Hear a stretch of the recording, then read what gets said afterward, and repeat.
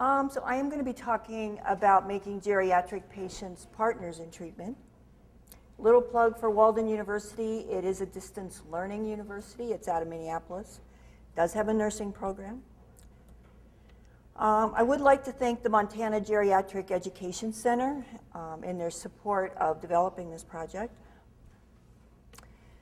So let's start off with a quote from Rachel Naomi Raymond.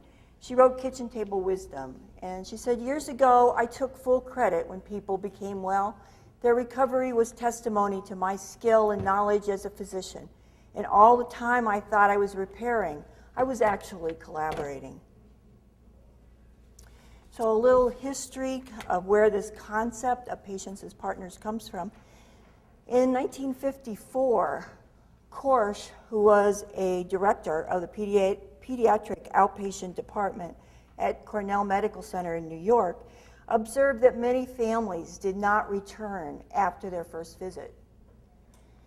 So she went out and she surveyed people, and she found that the parents felt that clinicians did not understand or had been insensitive to their problems, and therefore decided not to follow up.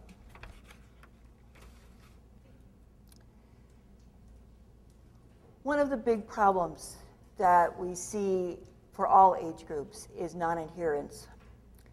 Siegel reported that 30 to 40% of patients fail to follow preventative regimes. And of patients taking long-term medications, 50% fail to follow their treatment plan. DiMatteo reported that 12 to 40% of patients are non-adherent to treatments. And it does have significant effect in treatment outcomes. Consider the difference in your follow-up, whether or not the person is actually taking the medications that they were prescribed, or if they are just kind of indicating they had, but they really hadn't. It's going to change how you think about their particular follow. It's not going to surprise you that people lie. And they have their own rationale for that. They have their own logic and their perspective on what's being asked. They may have been asked to follow advice that's outside their lifestyle or outside their own ability. And they also may not see a connection between their prescribed treatment and their medical problem. So particularly like an older person who has congestive heart failure that's been told to be on a low-salt diet. We all know how tasteless that thing is. They may have every intention that they're going to follow that, but then they start on it and they really taste terrible. They don't want to do it. And when they're asked about it by their physician, they're probably going to say, "Sure, I follow that." And they're not. So realize that people, particularly when they're asked to do something that's very difficult, may kind of twist the truth a little bit. And the only way the clinician is going to know and be able to intervene in these issues is to really build trust and an open dialogue with the patients that allows them the opportunity to express their concern. This is going to take some time, and realize that you're going to have to work on this. It's not something you can just develop in a 10-minute period during a visit. Can you speak up, please? Sure. Is that better? No. I wonder if it's on. One second. It is. Okay, how about this? Okay, sorry. Okay. To preserve patient safety, patients really need to be comfortable enough to share information openly. They need to understand. They need to actually agree to cooperate in their treatment. And they need to be empowered enough to speak about potential or real medical errors and hazardous conditions. Realize that people of the generation we're talking about really have this feeling of physicians and nurses and medical personnel as being experts. They don't want to offend you. And so they're going to tell you what they think you want to hear to make you happy and to also make it easier for themselves. When patients do feel empowered, they're much more likely to comply with their treatment and have better health outcomes. Patients who are involved as partners develop better relationships with those who treat them. They're less likely to sue. They help prevent errors from occurring, and they do adhere more to medical treatments. Think of each clinical or patient encounter as an opportunity for both people to really communicate. We all know that communication is important. But realize that you're also doing a little bit more with this, that you're also helping the patient to be satisfied with their treatment and also to ensure their safety by opening that dialogue and letting them have the chance to say no. Yet, no matter how much importance we put on the idea of communication, clinicians, according to research, interrupt their patients within 18 to 23 seconds when they start to talk.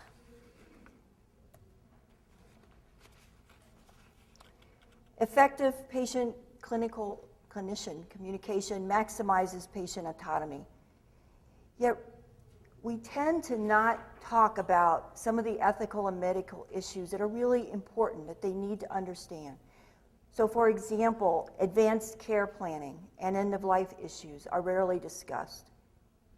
We found in our research that older adults are frequently uninformed about what is normal physical and psychological changes that occur with aging.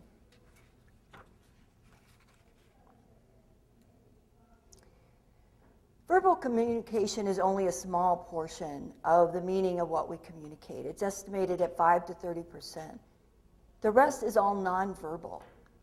So it's body language, facial expression, their tone of voice, pitch, pace, and volume.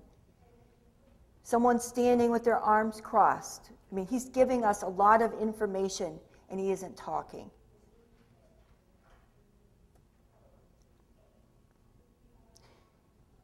So a few recommendations. The National Institute on Aging suggests establishing respect from the beginning of the relationship with an elderly patient particularly by using formal forms of address, such as Mr., Mrs., Ms. How often do you hear people using first names with the elderly without really asking for permission? You want to introduce yourself clearly. You should know from the start that, let's try it again. You want to show that you are accepting the patient and that you really want to hear his or her concerns.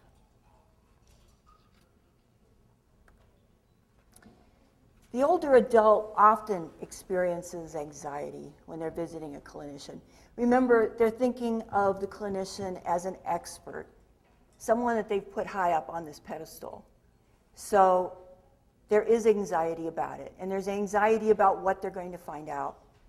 So it's very important to not rush older patients.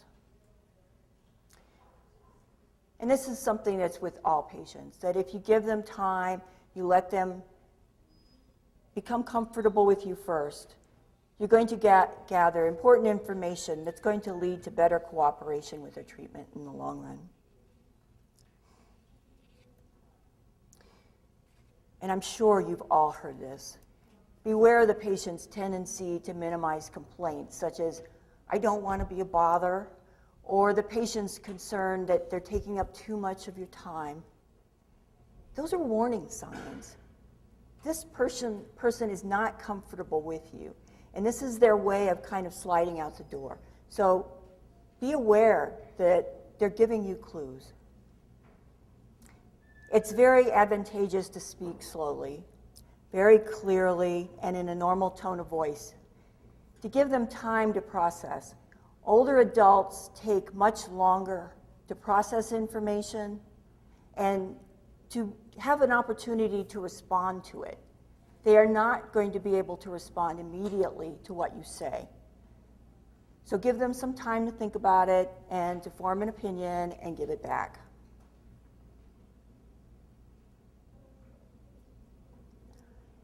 It's really important to avoid medical jargon, and it's particularly so with the elderly. Use very simple, common language, and be willing to ask them if they understand what you just said. It's often helpful to introduce new information by first asking them what they know about their illness, and then building on that.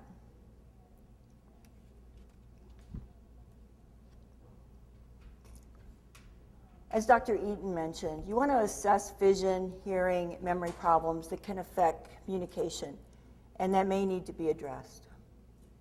You want to face patients directly at eye level, keep your hands away from your face, and so that they can lip read or pick up visual cues from what's being said.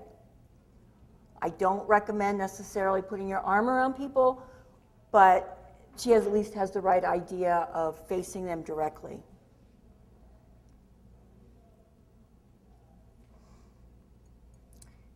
You need to give clues when you're changing the subject. Often, elderly don't recognize that you've changed subjects, and they're still thinking about the old thing that you were talking about. So you want to pause briefly. You may want to speak a bit louder as you're changing the subject. You may want to gesture to what you're just discussing, maybe touching them on the arm, or asking a question, but helping them to make that mental transition to the new topic.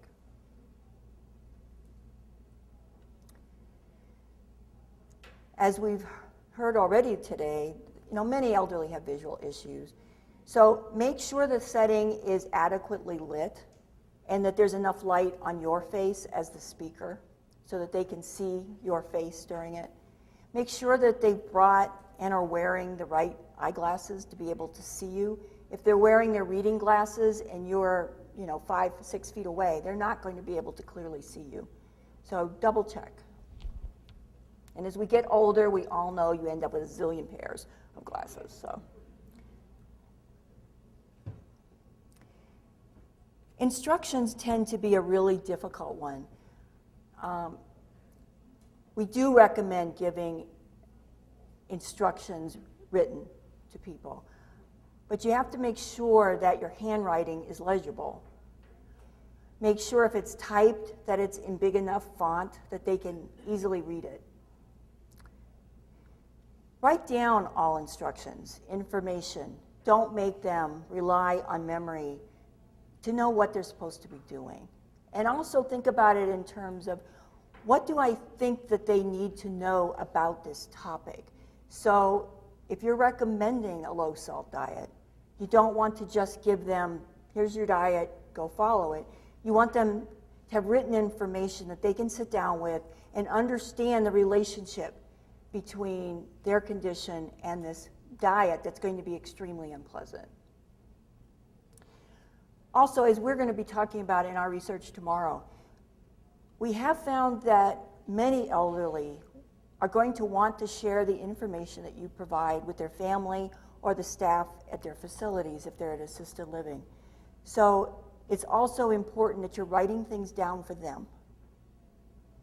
So think of it as, if someone isn't there, what can I give this person so they will understand what my patient needs?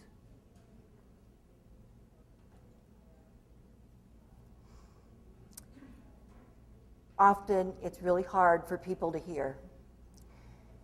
And it's very important to enunciate slowly and clearly. Don't shout.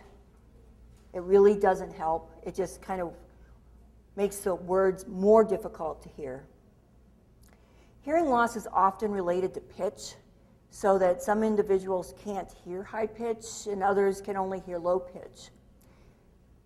Men typically lose the pitch that women's voices are at. And I'm sure many, many older women are not surprised at that comment. It has ruined more marriages because she thinks he's not listening and he's not hearing and thinks she's mumbling. So there's a lot of issues with that. It is worth asking them if you are speaking clearly. So would you like me to talk louder, slow down? What can I do to facilitate this process? A patient may or may not have deficits in memory, but it's really important to remember the senior is processing that information probably at a much slower rate than you are. And so you have to take that into account. They can be very adept at using compensatory skills to hide their memory deficits. I once interviewed a woman. She was sitting next to her daughter, and we had carried on a little chit-chatty conversation. She did great. I asked her how many children she had, and she said, I'm not sure. I'm really not sure if I have children. And her daughter is sitting right there, and she's going, Mom, I'm here, But she couldn't remember for sure. So realize that they're very good at having kind of that social layer, but once you start to get a little deeper, you begin to find the problems. So keep in mind always that you may not be aware if the patient is tracking the information. They may be great at going, oh sure, yeah, and they have no clue what you've talked about.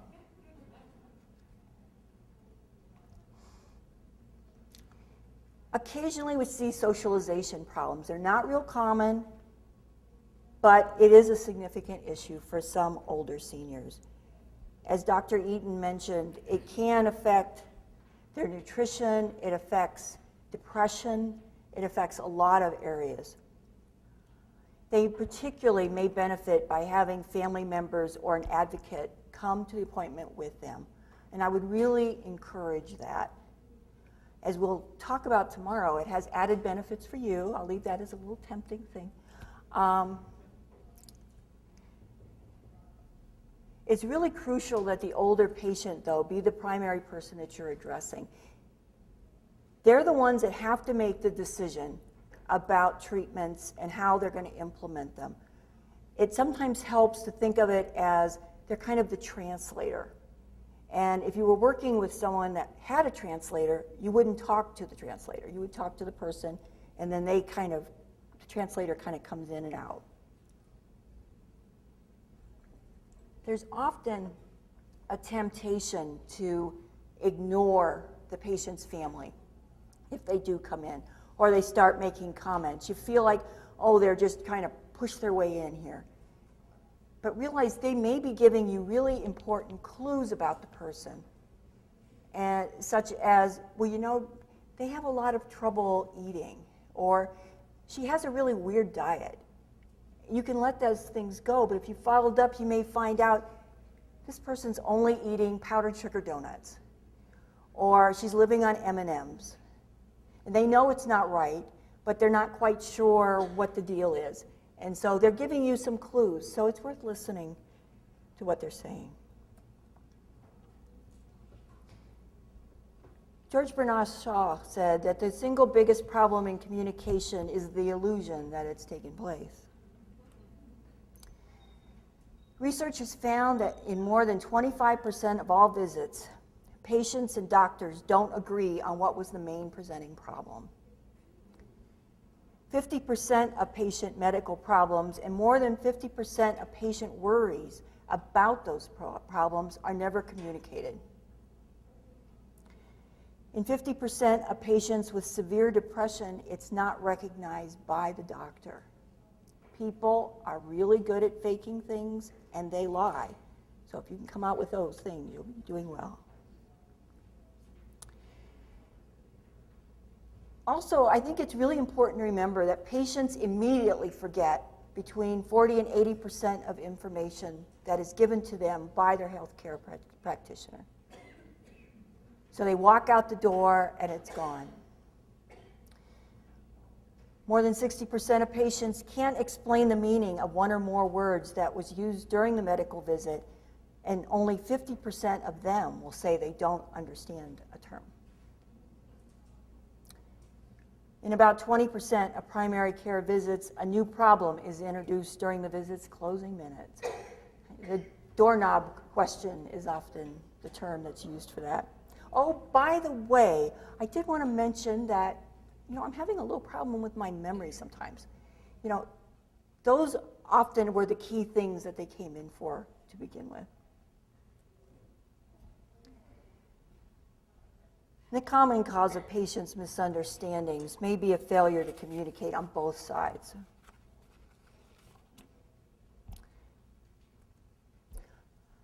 Clinicians often fail to realize that not all patients understand medical jargon.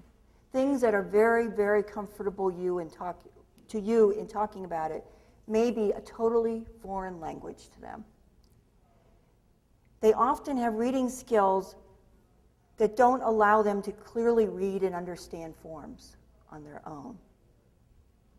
They may not understand the oral explanations that you give them. And they may not really understand what they've agreed to when they sign a consent form. Puts a lot of responsibility on you as the treatment provider. Patients may fail to tell you that they don't understand what they've heard or read. They may not ask for help in trying to interpret a form. And they may not always ask questions that would let you know that they don't understand. So how can you know? Well, there's a couple of tips I'll give you. If they take a lot of time to complete a form, or they take very, very short periods of time to fill it out, I would suspect that there's probably an issue. If they have a lot of blanks, I would be concerned. Or if they have a lot of misspellings, also is a suggestion that they may be somewhat illiterate. And in that case, it is really worth the time to go through and ask them verbally those same questions and make sure you're getting the same answers that they put in there. As a group, elderly are less educated than younger patients. In the 2000 census, only 61% of adults over the age of 75 had at least a high school education, and only 13% had higher than a bachelor's degree.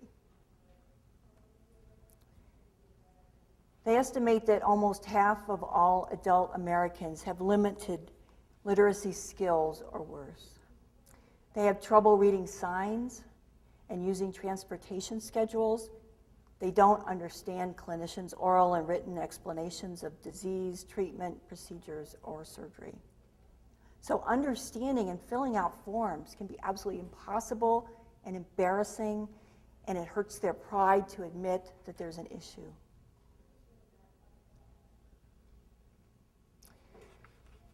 The average patient on Medicare reads at a 5th grade level, which is pretty shocking. So these patients are going to struggle to read just appointment slips or prescriptions or medication labels. They're not going to understand physicians' instructions or education material, and they're going to have a hard time with those forms.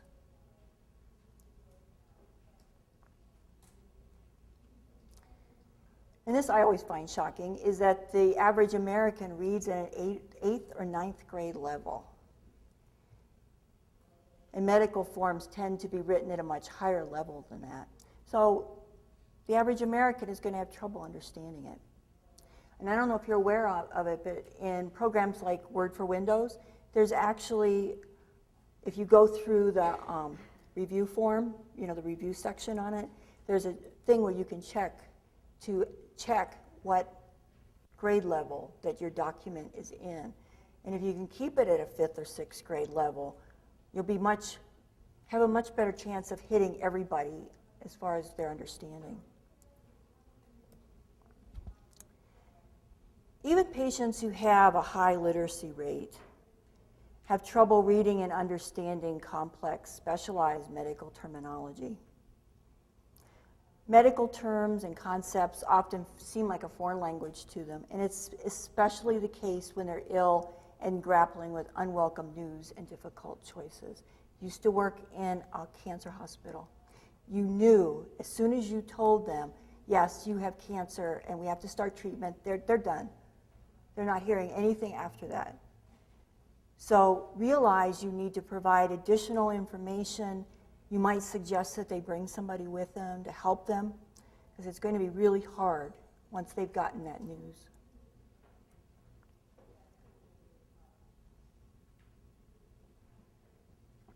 Even people who appear to understand the information being communicated may not really understand. After agreeing to or receiving care, 18 to 45% are unable to recall the major risks of surgery. 44% don't know the exact nature of their operation. At least 60% don't read or understand the information contained in informed consent forms despite having signed them. And half of patients don't understand what their physician had just told them. Great example. My husband had a congenital hip issue. He's 50 years old. He's an attorney, and he had to have both hips replaced January and February. He did not even read the consent form for the surgery. He's an attorney, and he didn't read it. And the reason is because he doesn't want to know, which is like classic, denial. He tells me, if I was supposed to know what's going on in my body, it would be clear, and I could just see. So realize, even people that are very well educated may not understand or may not read what you're giving them.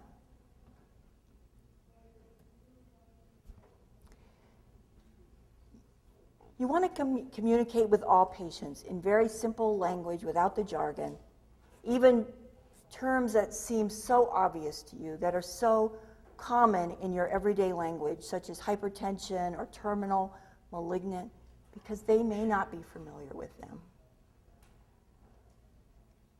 And often we use the jargon to kind of make it more comfortable for us. To have to tell someone, you will probably die of this disease. That's really hard. And it's much easier to say, well, I think it's terminal, because it kind of puts some distance between it. But you also want them to understand what you're saying. And sometimes it's better to be a little more brutal and use that everyday language.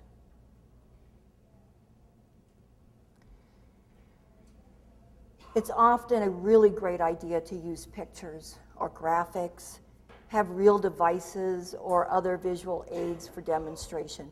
I wish my husband's surgeon had actually had an example of what that joint looked like and showed him, so that he would have to look at it and know what was happening to him. But they didn't. They gave him a book with pictures which he never opened. Go over written material with patients and talk about the nature and scope of the procedure that's covered by informed consent forms. So one thing I wanted to suggest that we do, we work a lot with oldest old, so people over the age of 85. They never read consent forms.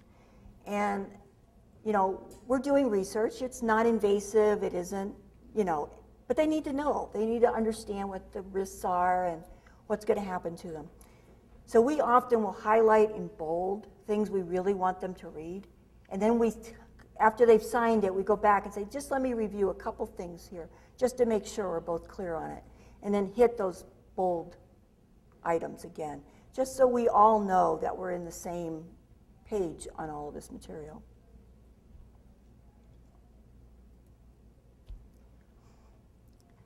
Encourage the patient to bring a family member or other advocate to help in understanding the medical information, particularly if they have or they know someone that's a nurse or someone with some medical background that can help translate for them.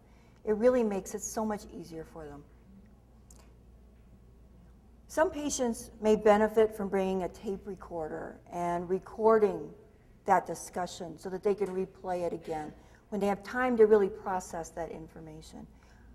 My recommendation would be to always tell people to bring a tape recorder and to record it.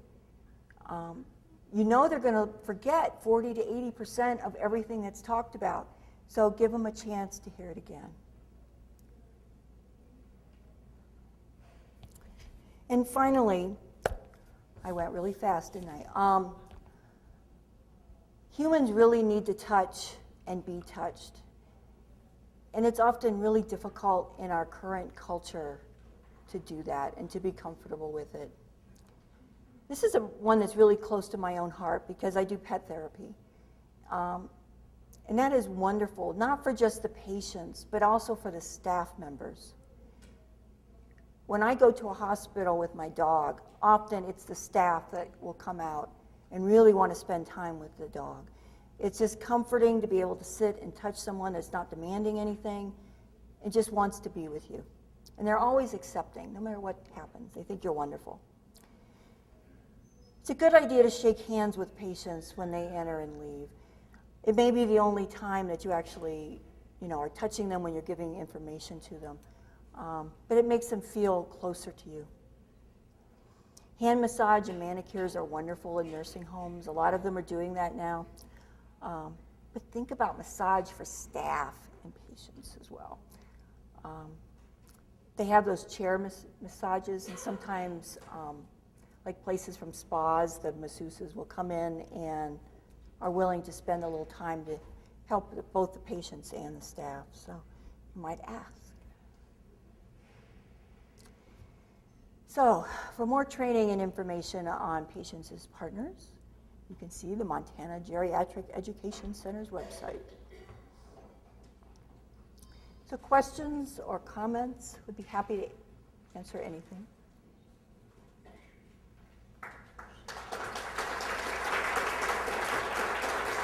Thank you. Are there any questions, Dr. Stadtlander? We don't have a microphone, but it's yell out. Question? Comment? I'd like to make a comment. Sure. Early on, there was a picture of a nurse with a clipboard or papers in her hand. Well, one of the things that it gives, that message that one sends is, one, my hands are full and I can't help you. And so therefore, it's kind of a nonverbal message that you're not available if you run around with clipboards. So I just thought maybe I'd throw that. That's a hint from an old lady, an old nurse. And there's also a temptation to put that clipboard up high and they can't see your mouth clearly, particularly if they're sitting. Yeah. Any questions, comments that you'd like to ask? Quiet. They need a nap.